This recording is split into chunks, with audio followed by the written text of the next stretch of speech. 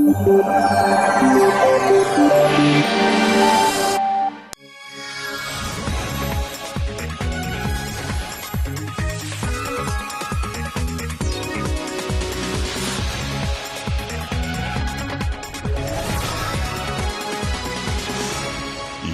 highlights. Coming up in this edition: Dresden Waltz, the Semper Opera Ball gets thousands dancing. Super Grand, a 92-year-old Frenchwoman saves the world.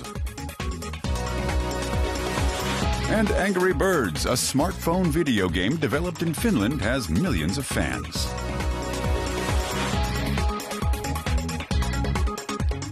This is Euromaxx Highlights, and here's your host, Karin Helmstedt. Hello there and welcome to our Highlights edition. And if you want to get ahead in life, get a hat. And if you really want to be standing out from the crowd, you better make sure it's one from Stephen Jones. The British designer regularly supplies haute couture fashion houses. He designed Carla Bruni Sarkozy's pillbox hat, and even icons like the late Diana, Princess of Wales, wore his many creations. So hats off to Stephen Jones, who told us something about his work.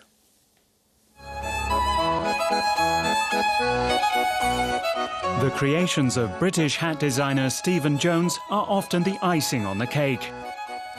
He's designed headpieces for the collections of more than 80 fashion designers around the world, like French haute couture label Dior and its iconic chief designer John Galliano.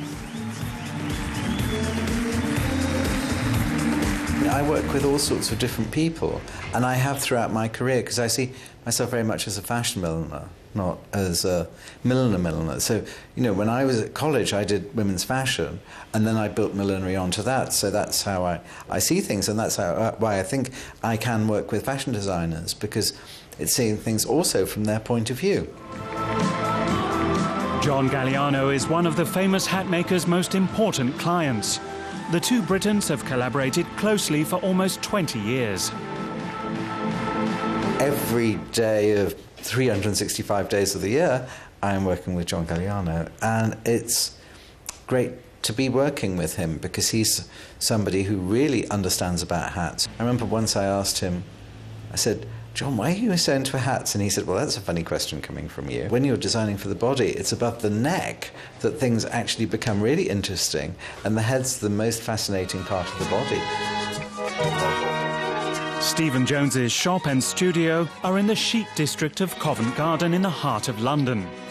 This is where he creates hats, not only for other designers, but also for two of his very own collections each year. The 53-year-old is well known for his creativity and eccentricity. His designs play with motifs from all epochs, styles and cultures. Hat collections can come from everywhere.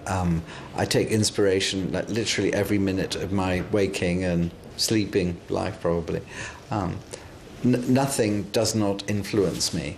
But obviously there's certain things which are more important, maybe like architecture, because houses are like big hats that you live in.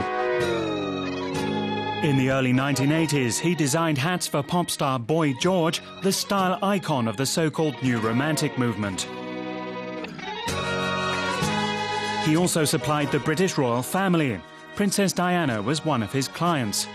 Stephen Jones is now the milliner of the stars, designing headwear for rock legend Mick Jagger and pop star Kylie Minogue. His hats are also a must on the catwalks. To be a good milliner, you have to be a good listener. Of course, you have to have your ego and create your own little world, which maybe makes sense to you and maybe to nobody else, but you have to understand the designer or understand the client. The hats he makes for prominent private customers are one-of-a-kind, tailor-made by his hand in his London studio. The star milliner employs more than 25 people who help breathe life into his ideas.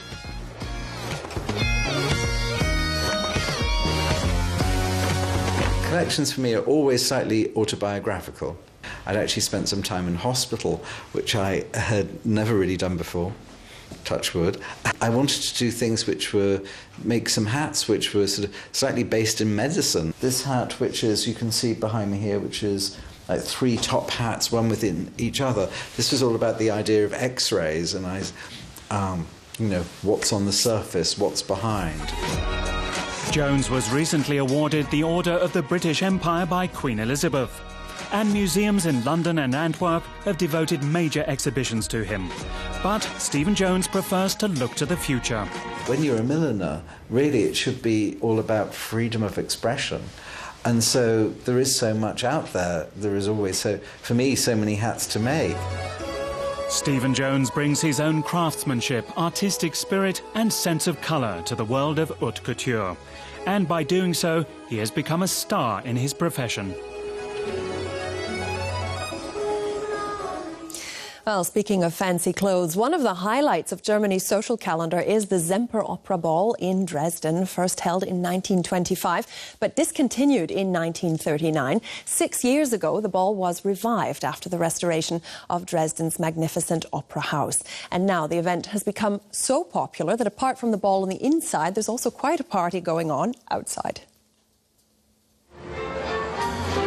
When the famous Semper Opera House finds itself the backdrop to this kind of extravaganza, the chances are it's time for the annual Opera Ball. Attended by 2,000 guests indoors and another 10,000 outside, it's one of the major events on the Dresden social calendar. The traditional parade across the red carpet. Some of those sauntering past paid for the privilege. Others are special guests. And no high-profile event like this would be the same without the celebrities, like musician and humanitarian activist Bob Geldof. I played in Dresden before, but not the Opera House. And I've played here during the communist period. I played here in 1990. And so I've seen the reconstruction gradually. So tomorrow morning, before I get back on the plane, I want to see the church and the palace and that. So it's cool to be here. A highlight of the night is the dance of the debutantes. In contrast to the red dress code of previous years, tonight the young ladies' ball gowns are in the same shade of pink. This dress has some 1,800 sequins. The Semper Opera Ball is something special.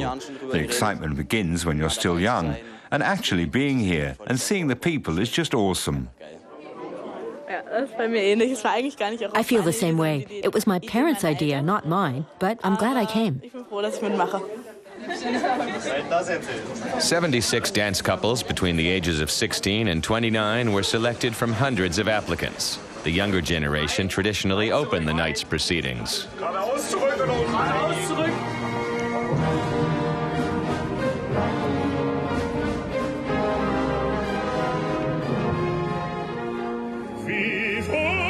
Another big moment on the program is the performance by Jonas Kaufmann, an internationally renowned tenor.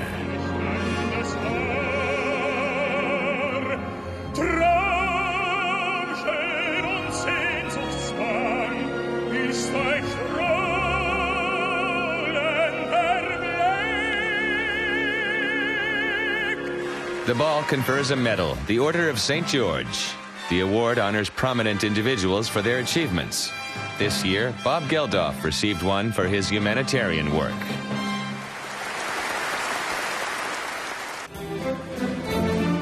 It's close to midnight when the dancers settle down to a more restrained 3/4 time.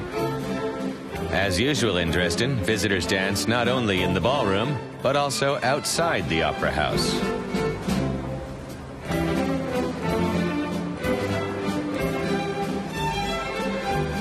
The debutante couples leave the building and dance among the crowd in what's become something of a tradition. The motto of the ball this year is Dresden Smiles, hence the giant clown faces.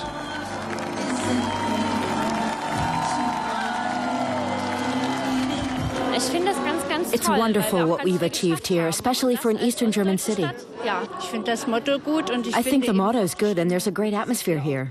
It works. Just look at us.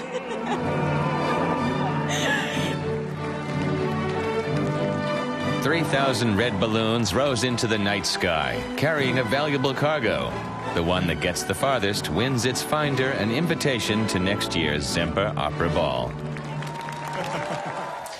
Well, Well, if you were to ask Parisian photographer Sacha Goldberger to name his hero, he'd almost certainly say his grandmother, Friederike Goldberger.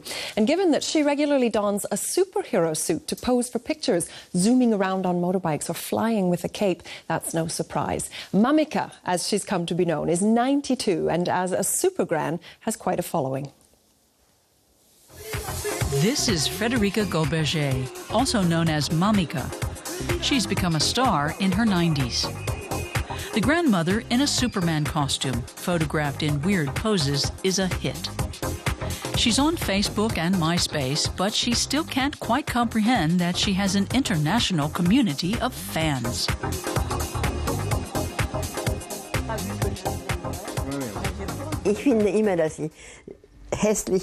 I always think I look ugly, that I'm not well groomed. I'm very self-critical, which is normal, isn't it? I'm not a person who deludes herself that she's interesting. Sometimes I think this is no good, this is boring. But then it turns out everyone likes it, precisely because it is an old woman. If I were 50, no one would be interested. Eben weil es eine alte Frau ist. Wäre ich jetzt 50, dann würde es nicht gefallen. Mamika's grandson, Sacha Goldberger, helps produce the unbelievable pictures. Otherwise, he takes photos for fashion magazines like Elle or develops advertising campaigns like this one for smart cars. He loves irony.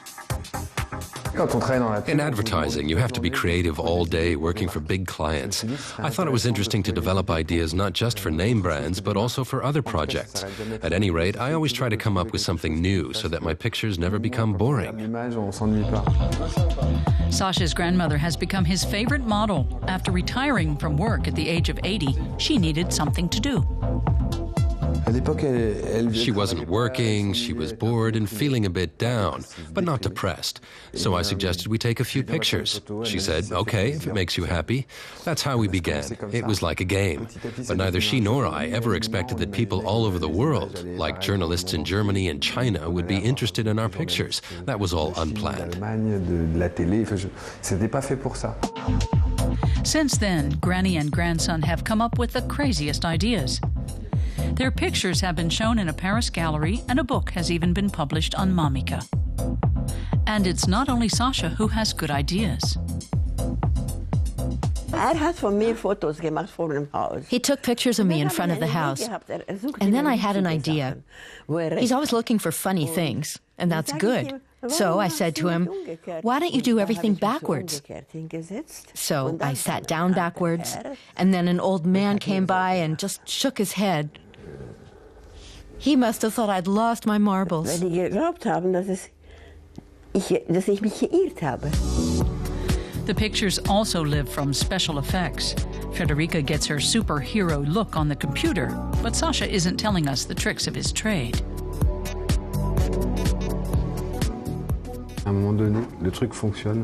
For a good photo, everything has to be right. Everything has to be perfect, down to the smallest detail and at the right moment.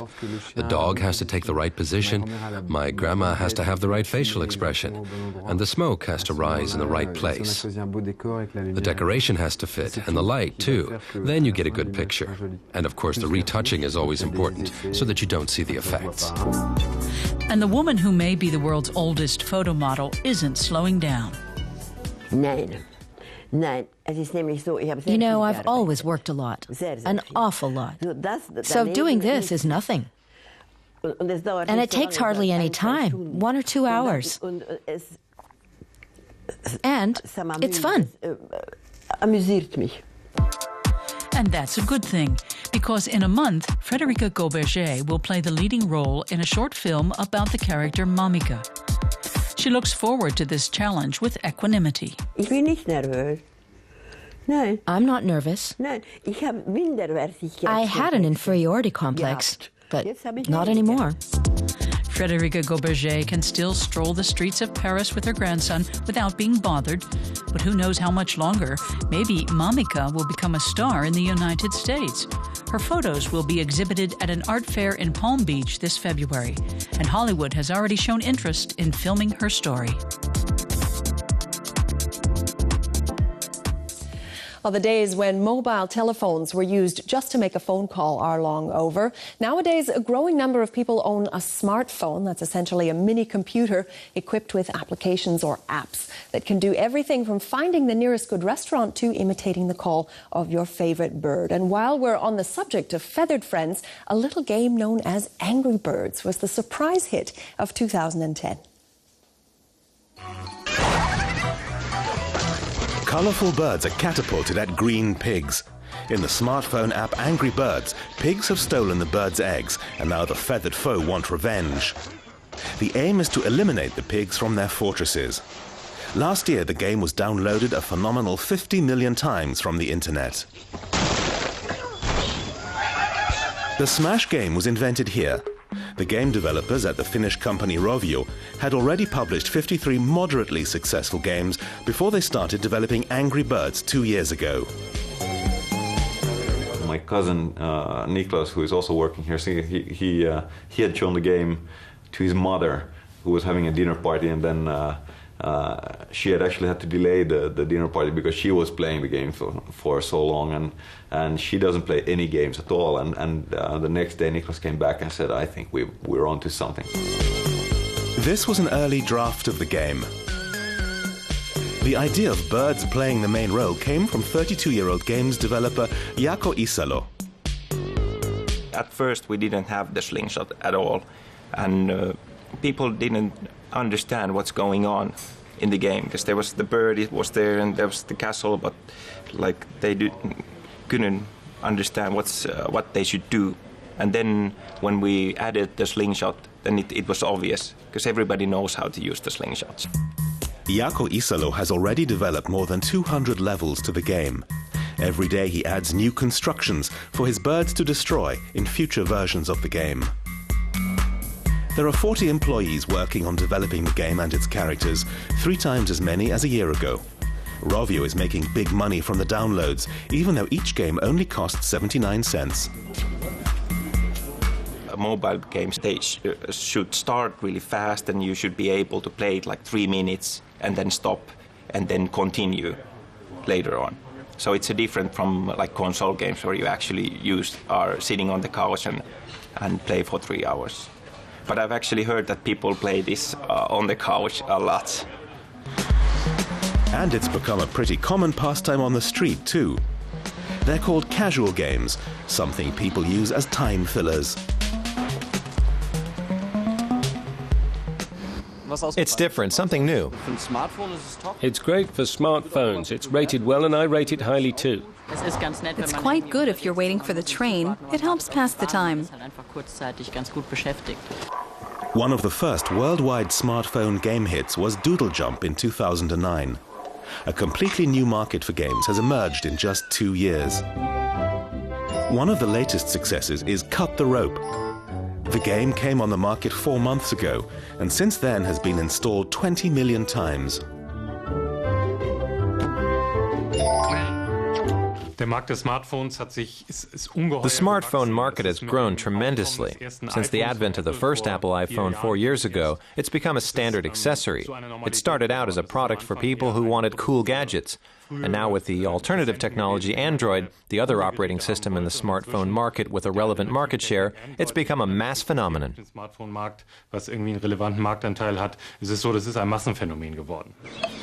Worldwide hype surrounding games is nothing new. 10 years ago, Moorhuhn, or Crazy Chicken, took the digital world by storm and had millions glued to their PC screens. Now there are smartphone versions too. And still today, it's the adventure of simply drawn characters who players all over the world love. It's very easy to use, very easy to learn. The advantage is that the tasks are really complicated and difficult. So even if you get it straight off, it's not a simple game, and they keep getting tougher. And you really have to think hard about how to complete each level. The designers and game developers at Rovio are currently working on new versions of their game, like this update in pink, due to come on the market on February the 14th, Valentine's Day. We want to build upon the characters and the universe that we've built, and and take it to further games, take it to merchandising, and also to some form of broadcast media like TV and even movies. And if that's not enough, fans can already order online their very own and very cute Angry Birds and Pigs to cuddle at home. It's the ones on the smartphones that have the temper. Finally, it's time to recap the International Furniture Show in Cologne, Germany. It's one of the largest gatherings worldwide in the sector, with over 1,000 exhibitors from 50 countries. And this year, lighting was one of the hottest topics as LED lamps come into their own. A classic lampshade with new LED technology. Spotlight and light strip that can shine in different colors. Light-emitting diodes are a new trend intended to create atmosphere in homes. This is Tobias Grau's company in Hamburg. He is one of Germany's most renowned light designers. When LEDs first came out, he felt their light was too dim. But in the last 2 years, there have been great technological improvements, and Tobias Grau now uses them a lot in his lamp models. LED light is still so new that one is still fascinated by it. When a source of light becomes so small that you can build completely new forms around it, completely different lamp constructions that could never function with light bulbs, well, it's simply fascinating. One of Tobias Grau's new lamps is called Falling. Its form is possible only with LEDs. The lamp is made in the lower story of his company. The advantages of LEDs are their small size, their high quality of light, including being able to closely mimic daylight, and low energy consumption of under 14 watts.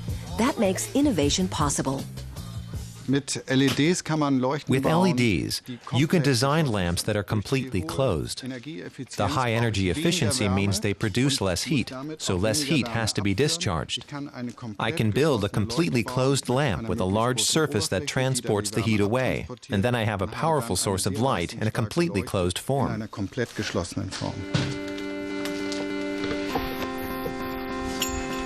Tobias Grau used the spherical form in his model Falling in Love as well. These little spherical lamps don't get very hot either, thanks to their high energy efficiency. So they can be placed on any surface and even held in one's hands. The diodes also produce light in any desired color.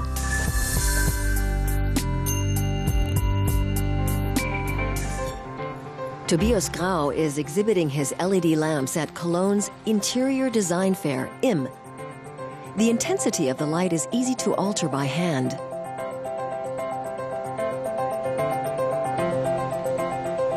Light-emitting diodes are an important trend with other exhibitors at the trade fair. LEDs are often integrated directly in the furnishings, as with these pieces of lounge furniture. Or here in the bathroom. A real plus point are the various light moods and colors that LEDs make possible, and that can be altered or dimmed at the touch of a button. The same principle holds with the LED lamps made by the Philips Electronics Company. Here too, color and brightness are adjustable. It's a very clear trend for living rooms to create atmosphere with the aid of colored light. Light has different effects depending on the hue. It can be stimulating or relaxing, and you can change the mood by changing the color of the light. Traditional furniture manufacturers have also discovered LED light. Single-color LEDs are used especially in closets. The low level of heat production makes them suitable for the undersides of shelves. These days, LEDs have a usage life of 20 years, so the illuminated shelves rarely need to be removed for maintenance. One of the emphases at this year's furniture trade fair, but also in the furniture trade, is LED lighting technology. Here we see it in a walk-in closet. Here the underside is illuminated. We have it in showcases and sideboards too, and basically wherever things used to be dark.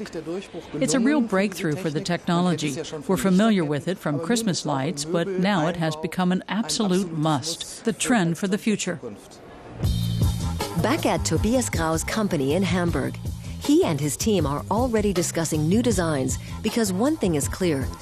LED technology will continue developing in the coming years, and thus ever more design possibilities will be born. LEDs are getting better all the time, and it's really fun to develop new lamps for them. The future belongs to LEDs. Tobias Grau will already be presenting more new lamp forms at the next International Lighting Trade Fair in Milan in April. Not too far off. Well, don't forget that you can find our highlights show on our website for reviewing. And with that, it's time for me to sign off. So until we meet again, alles Gute from Berlin and bye-bye.